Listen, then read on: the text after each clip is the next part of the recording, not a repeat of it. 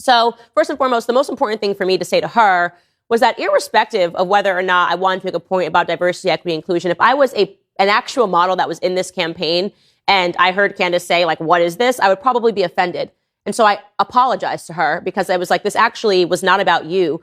I realized what had happened was that people who listen to this show regularly, the reason why nobody blinked when I said that is because you hear me talking about diversity, equity, inclusion, and why it's patronizing and why it's wrong. If you followed my entire career, you know this is what I believe. I do not believe that you should assert yourself as a victim and let people hand you participation trophies. I think that is a meritocracy.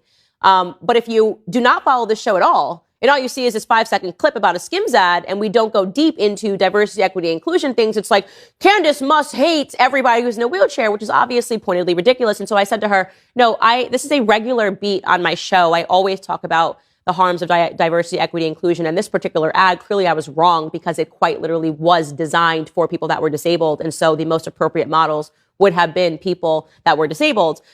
And what she offered back to me was that she didn't understand my perspective. She said, I also do other ads for that is not necessarily for disabled. I just model for other things. And do you think that's wrong? And I explained to her, I do find it to be patronizing. I do think that the average person, when they see an ad and they've got, one fat person, one black person, one, person that's an amputee, one person that's, has cancer, maybe has no hair. I think they process that as somebody in the back checking boxes. It doesn't seem to me that they are hiring you for any other reason than to say, see, we're so inclusive and we're so diverse, and not because they actually think you're talented. And I gave her the example of Lizzo. I said, it's pointedly ridiculous. It would be pointedly ridiculous for her to be modeling bathing suits, swimsuits. And she said, well, I think Lizzo is really pretty in the face.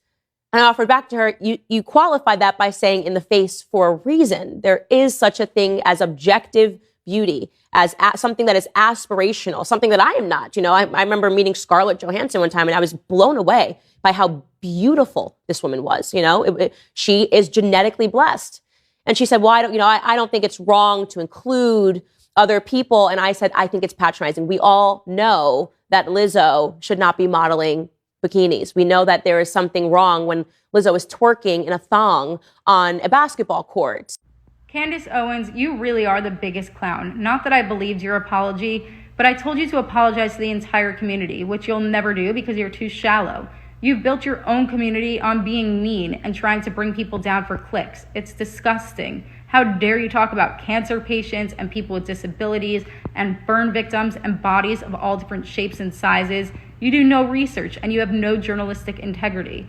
I'm not just a model. I also co-founded a pizza company called YOUGH that's launching soon. And I started a foundation called For Everyone that will give back to people with varying disabilities. Regarding Lizzo, talk about our whole conversation. I said she has a beautiful face and I love seeing all different bodies being represented. I don't mind that. Unlike you, I'm not shallow. And Lizzo, if you see this, we're both special.